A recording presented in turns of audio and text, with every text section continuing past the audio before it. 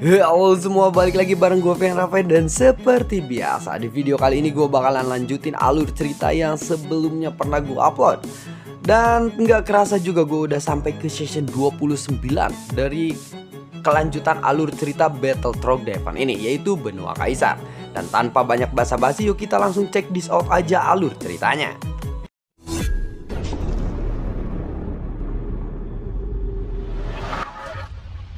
Di episode sebelumnya, Xiayan yang berusaha untuk merebut tubuh Yonghe atau klon dari Zhuo. Zhuo pun tidak bisa membiarkan itu semua. Saat ini dia menggunakan formasi awan sitrus dan mengarahkan formasi awan sitrus itu menuju ke arah hutan belantara abadi. Jangan berpikir bahwa kamu bisa melakukan apapun yang kamu inginkan dengan 3 binatang buas itu. Dan kamu ternyata ingin mengambil klonku, maka dari itu kamu harus mati sekarang, ucap dari Zhuo sambil mengendalikan formasi awan sitrusnya. Setelah itu Zhuo lalu melambaikan lengannya dan formasi itu pun bergerak. Pada saat yang sama, di hutan belantara abadi yang jauh dari istana dewa berburu, Yonghe sudah menyemburkan seteguk darah.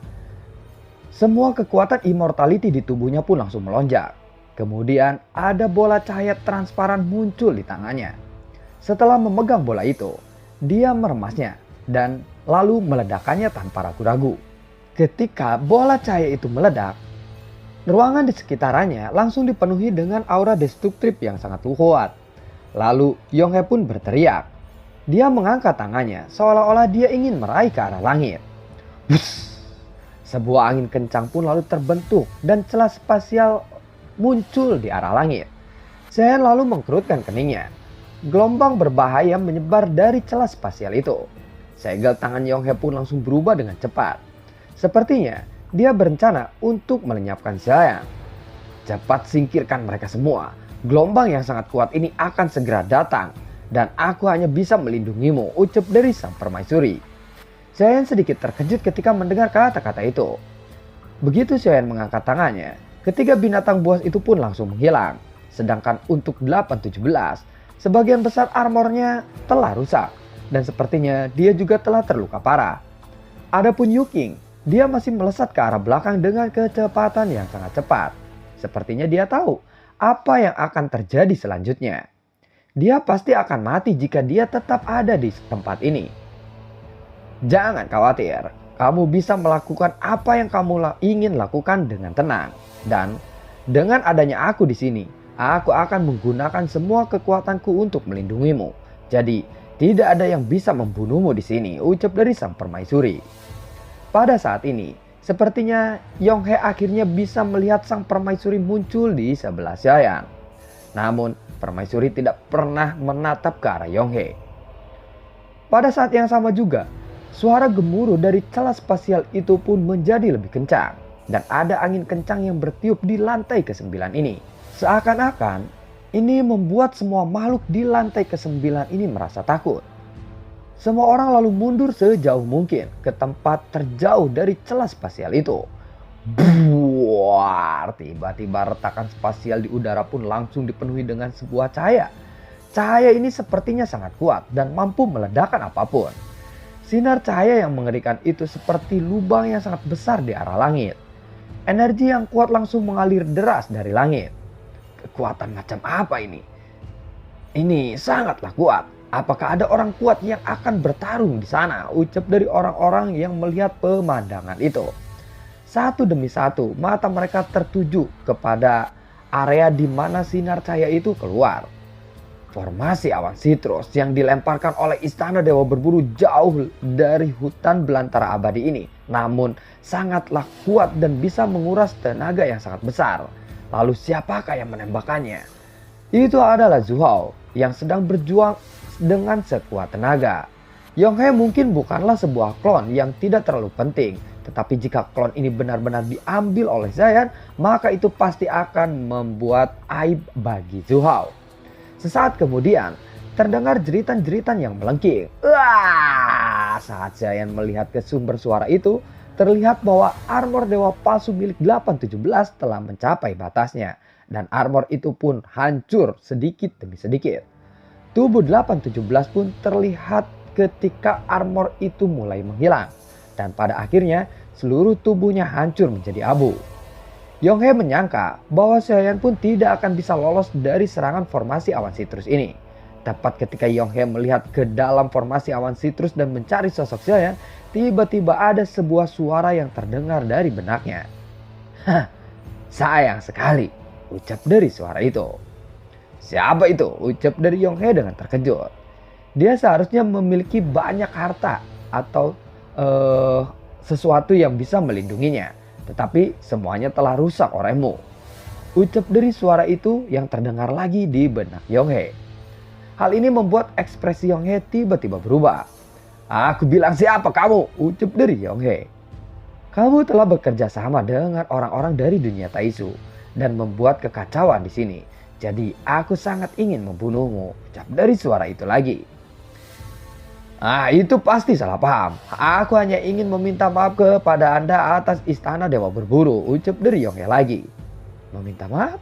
Bagaimana kalau tubuh ini digunakan sebagai hadiah untuk permintaan maafmu?" ucap dari suara itu lagi. Kemudian Yonghe melihat ada seberkas cahaya yang melonjak dari formasi awan sitrusnya. Namun suara di benaknya masih terus terdengar. Artinya pancaran cahaya formasi itu tidak melukai Xiaoyan. Karena perebutan tubuh dengan Yonghe masih terus berlanjut dan tidak pernah berhenti sedetik pun. "Apa yang kamu bicarakan? Bagaimana aku bisa bertahan tanpa tubuhku ini?" jawab dari Yonghe. "Tubuh ini hanyalah sebuah klon, bukan? Jadi jangan terlalu pelit seperti itu," ucap dari suara itu yang ada di benak Yonghe lagi. Begitu mendengar kata-kata itu, sosok Yonghe pun tiba-tiba membeku. Dan di saat yang sama, Zhu Hao yang melayang di udara dekat dengan istana Dewa Berburu juga sedikit terkejut. "Bagaimana bisa dia tahu kalau ini adalah klonku?" gumam dari Zhu Hao. Sementara itu Yonghe langsung berkata, "Aku bukanlah klon Zhu Hao. Aku memang dari istana Dewa Berburu. Tetapi Zhu Hao adalah penguasa istana Dewa Berburu. Aku tidak mengerti dengan apa yang kamu maksud." Saat Yonghe berbicara seperti itu, tangannya perlahan terangkat dan tidak terkendali, lalu terulur ke udara. Tiba-tiba dia melambaikan lengannya dan ada retakan di udara yang tiba-tiba muncul dan menghilang lagi. Rupanya tubuh fisik ini sangatlah berbakat. "Terima kasih banyak," ucap dari suara itu lagi. Wajah Zhu Hao pun langsung muram. Saat ini tubuh Yonghe telah benar-benar di luar kendalinya. "Jika kamu berani mengambil klonku, maka istana Dewa Berburu akan selalu menggunakan segala cara untuk bisa membunuhmu," ucap dari Zhu Hao. Pada saat ini, Zhu Hao tidak lagi menutup-nutupi rahasianya. "Jangan terlalu pelit, itu hanya sebuah klon saja dan ini tidak sebanding dengan keutuhan istana Dewa Berburu, bukan? Jadi kamu harus berpikir dengan jernih saat ini," ucap dari Xiaoyan. Kemudian koneksi antara Zhu Hao dan juga Yonghe pun sepenuhnya terputus. Dan klon Yonghe ini sepenuhnya telah diambil alih oleh Xiaoyan. Apakah kekuatan klon ini telah mencapai level immortality? Coba kita lihat-lihat dulu. Pada saat ini, Xiaoyan mencoba merasakan kekuatan Yonghe. Dan kekuatan klon Yonghe ternyata jauh lebih besar daripada klon dewa asli. Dan ini berada di luar imajinasi Xiaoyan. Untungnya, ketika Yonghe melancarkan serangan ke arah Xiaoyan, dia telah menghabiskan seluruh kekuatan immortality di tubuhnya. Jika tidak, ketika Xiaoyan berhasil merebut tubuh Yonghe, dia akan terbunuh karena kesenjangan yang terlalu besar antara kekuatan tubuh asli Xiaoyan dan juga klon Yonghe-nya. Oleh karena itu, Xiaoyan tidak ragu-ragu. Dia segera memasukkan klon Yonghe ini ke menara Zinsen. Namun, cincin penyimpanan di jari Yonghe sudah terlebih dahulu diambil oleh Xiaoyan. Ketika kekuatan jiwa Xiaoyan ini menembus ke dalam cincin penyimpanan itu, matanya tiba-tiba bersinar terang. Wah, benar saja. Zhou adalah seseorang penguasa istana Dewa Berburu. Bahkan klonnya ini sangatlah kaya. Dia memiliki banyak uang, ucap dari Xiaoyan. Setelah memeriksa cincin penyimpanan Yonghe, Xiaoyan lalu mengangkat tangannya. Dan sosok besar Su Erkun pun sekali lagi memenuhi seluruh ruangan itu. Kemudian Su Erkun lalu membuka mulutnya lebar-lebar.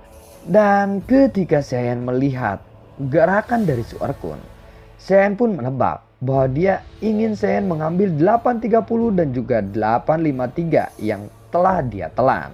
Ketika Saiyan melihat ini, dia langsung menggelengkan kepalanya. Karena saat ini ada bau busuk yang keluar dari mulut Suerkun yang terbuka. Saiyan pun benar-benar tidak memiliki keberanian untuk memasuki mulutnya.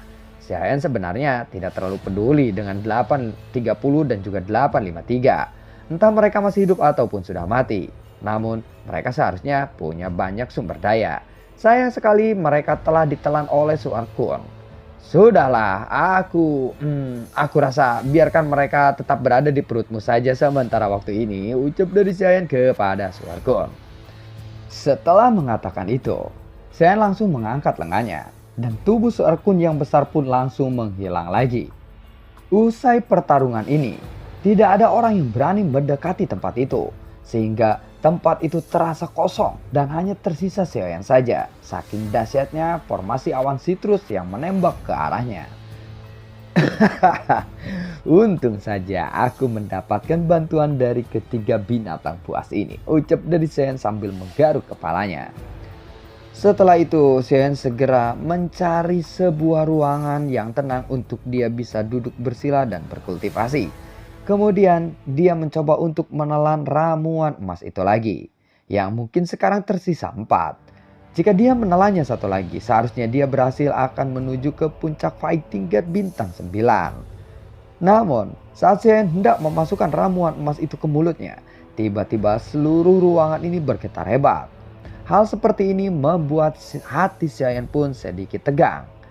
Kenapa tiba-tiba ada getaran yang belum pernah dia rasakan? Apakah pertempuran sebelumnya telah merusak struktur dari bangunan ini? Gumam dari Saiyan. Di saat berikutnya, dia langsung melihat ramuan emas yang ada di tangannya. Dan Saiyan pun hampir menjatuhkannya karena guncangan hebat di menara iblis Tianhe ini. Getaran ini sepertinya berasal dari seluruh menara pembantaian ini. Jadi, apa yang mungkin bisa mengguncang menara pembantaian dengan cara seperti ini? Saat Saiyan sedang berpikir di dalam hatinya, getaran dari menara pembantaian ini perlahan berhenti. Dan segalanya tampak tenang kembali. Namun, ketenangan semacam ini hanyalah berlangsung sesaat saja. Karena kemudian seluruh ruangan itu pun bergemuruh lagi. Dan ada suara yang sangat keras yang bergema di seluruh ruangan itu. Seolah-olah ada sesuatu yang menghantam menara pembantaian ini dengan sangat keras. Seluruh menara pembantaian ini pun bergetar hebat. Jadi Saiyan tidak meneruskan untuk menelan ramuan emasnya. Karena dia tidak tahu apa yang sedang terjadi di sana. Seluruh menara pembantaian ini terus bergetar. Yuan Er, apa yang terjadi? Tanya dari Saiyan. Sementara itu permaisuri tidak terlihat di sampingnya. Namun permaisuri sudah biasa menghilang seperti itu. Jadi Saiyan selalu merasa bahwa permaisuri ini selalu ada di sisinya. Namun sesaat setelah Saiyan bertanya dan tidak ada jawaban dari sang permaisuri, maka mungkin permaisuri memang tidak ada di sampingnya. Tepat ketika Saiyan merasa bingung, sosok permaisuri diam-diam muncul di samping Saiyan. Saiyan pun langsung bertanya lagi. Apa yang sebenarnya terjadi? Tanya dari Saiyan kepada sang permaisuri. Aku baru saja pergi untuk memeriksa keadaannya. Ternyata ada seekor binatang yang menabrak menara pembantaian ini. Jawab dari sang permaisuri. Saiyan pun sedikit terkejut saat mendengar itu. Apakah dia ingin menghancurkan menara pembantaian ini? Tanya dari Saiyan lagi. Saiyan telah melihat betapa besarnya menara pembantaian ini ketika dia memasuki tempat ini. Dan ruangan menara ini juga bisa membentuk dunianya sendiri. Dan ketika ada seekor binatang yang menabrak menara ini dan bisa membuat menara pembantaian ini terguncang, Saiyan pun langsung memikirkan ukuran dari binatang buas yang sedang menabrak menara ini. Ya, saat ini sudah ada sebuah lubang yang telah terbuka di menara pembantaian dan sepertinya lubang ini mengarah ke arahmu, ucap dari sang permaisuri kembali. Dibandingkan dengan Suerkun, mana yang lebih besar dari binatang itu? Tanya dari Saiyan. Binatang ini 2 kali lipat lebih besar daripada Suerkun, jawab dari sang permaisuri. Mendengar itu, Xiaoyan pun lalu menghela nafas. Ukuran binatang ini 2 kali lebih besar daripada Suerkun. Tidak heran jika binatang ini bisa mengguncang menara pembantaian ini dan juga berhasil untuk menerobos menara pembantaian. Sepertinya terlihat bahwa kekuatan serangannya juga sangatlah luar biasa. Aku rasa perjalanan ini sudah hampir selesai dan aku khawatir tidak akan lama lagi binatang itu akan datang ke tempat ini. Apakah kamu ingin bertarung atau pergi dari sini? Tanya dari sang permaisuri kepada saya. Jika kita pergi sekarang, bukankah warisan dari Raja Iblis Tianhe ini akan menjadi sia-sia? Tiba-tiba setelah Xiaoyan berkata seperti itu, ada sebuah bayangan yang muncul di depan Xiaoyan. Sosok ini langsung berlutut dan mengepalkan tinjunya dengan sangat kuat kepada sang permaisuri. Ini menunjukkan betapa besarnya rasa hormat sosok itu terhadap sang permaisuri. Nah, apakah kamu bersedia untuk mengambil alih warisanku? Tanya dari sosok itu sambil melihat ke arah Xiaoyan. Hah? Nah, apa kamu bilang? Saat mendengar kata-kata "nah" yang dilontarkan oleh sosok itu kepada Xiaoyan, permaisuri pun merasa terheranan. Sosok itu langsung menatap ke arah sang permaisuri dengan kebingungan. Hei, jangan menatapku seperti itu. Apakah kamu tidak tahu siapakah dia? Dia adalah suamiku. Kenapa kamu memanggilnya nak? Ucap dari sang permaisuri kepada sosok itu. Dan ternyata sosok itu adalah Raja Iblis Tianhe. Tetapi kan dia akan menerima warisanku. Jadi seharusnya akulah seniornya, bukan? Bukan begitu sang permaisuri? Ucap dari si Raja Iblis Tianhe ini yang kebingungan. Ternyata Xiaoyan ini adalah suaminya. Rupanya kamu ingin menjadi senior dari suamiku. Apakah kamu ingin menjadi seniorku juga? Tanya dari sang permaisuri dengan bercanda. Tidak, maafkan aku sang permaisuri. Aku hanya ingin menawarkan warisanku saja kepadanya. Ucap dari Raja Iblis Tianhe kepada Xiaoyan. Tunggu dulu, apakah dia Raja Iblis Tianhe? Ucap dari Xiaoyan sambil buru-buru memotong perdebatan mereka. Bagaimanapun, Xiaoyan ini memang seseorang junior. Saat Xiaoyan melihat Raja Iblis Tianhe, dia merasa bingung. Xiaoyan segera bertindak untuk menghentikan situasi yang canggung ini. Dan pada saat ini, tawa permaisuri pun terdengar. Dia menutupi wajahnya dengan tangannya yang ramping. Jelas sekali bahwa permaisuri ini sedang ingin bercanda dengan teman lamanya. Jadi permaisuri sengaja membuat suasana canggung seperti itu. Setelah mendengar tawa dari sang permaisuri, Raja Iblis Tianhe pun kembali bereaksi. Yang mulia permaisuri, mohon jangan bercanda lagi seperti itu. Jika menara ini bisa dihancurkan, sisa dari jiwaku akanlah hilang. Jadi sebelum itu terjadi, aku memutuskan untuk menemuimu dan meninggalkan warisan ini kepada suamimu tercinta ini. Dan ini bukan sekedar hanya warisan saja. Karena ini juga adalah sebagai bukti bahwa aku pernah hidup di dunia ini. Ucap dari Raja Iblis Tianhe dengan serius.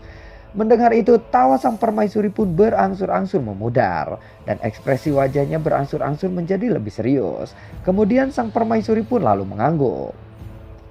Baiklah kalau begitu, berikan saja warisanmu kepadanya. Dan ini akan menjadi berkah yang sangat besar bagimu, ucap dari sang permaisuri.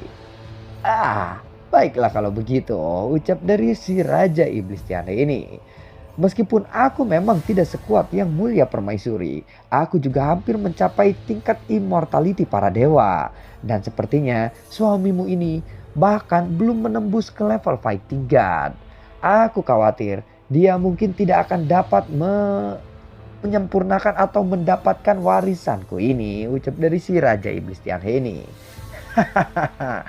Permaisuri pun lalu tiba-tiba tertawa dengan sangat keras. Raja Iblis Tianhe sekali lagi ketakutan dan tidak berani untuk melanjutkan ucapannya. Jika kamu ingin bilang bahwa Gu Zhongsheng tidak bisa mendapatkan warisanmu, apakah itu sangat masuk akal? Tanya dari sang permaisuri. Tunggu dulu, Gu Zhongsheng, nama itu terdengar sangatlah familiar, ucap dari si Raja Iblis Tianhe ini. Setelah beberapa saat, tiba-tiba dia melihat ke arah Xiaoyan dan Raja Iblis Tianhe tiba-tiba terkejut. Dia langsung mengepalkan tinjunya dan membungkuk kepada Xiaoyan. pada saat ini dia berlutut kepada Saiyan. Ada rasa hormat yang melebihi rasa hormatnya kepada sang permaisuri. Raja Iblis Tianhe ini tiba-tiba memberikan hormatnya kepada Saiyan. Dan dia benar-benar membungkuk kepada Saiyan ini. Tunggu dulu, aura ini, benarkah ini adalah Tuan? Ucap dari Raja Iblis Tianhe sambil memandang ke arah Saiyan. Dia tiba-tiba terlihat sangat bersemangat begitu dia mengatakan bahwa Saiyan ini adalah Sang Supreme. Dan lalu bagaimanakah kelanjutan ceritanya? Nantikan video berikutnya di channel gua dan semoga sehat selalu untuk kalian. Dan gua selalu ucapin terima kasih banyak juga untuk kalian yang sudah mendukung channel ini dari dulu hingga saat ini. Dan gue juga selalu ucapin terima kasih banyak untuk kalian semua yang sudah mensupport channel ini lewat link Saweria di bawah kolom deskripsi. Sampai ketemu lagi di video gue berikutnya. Assalamualaikum dan sampai jumpa. Dadah.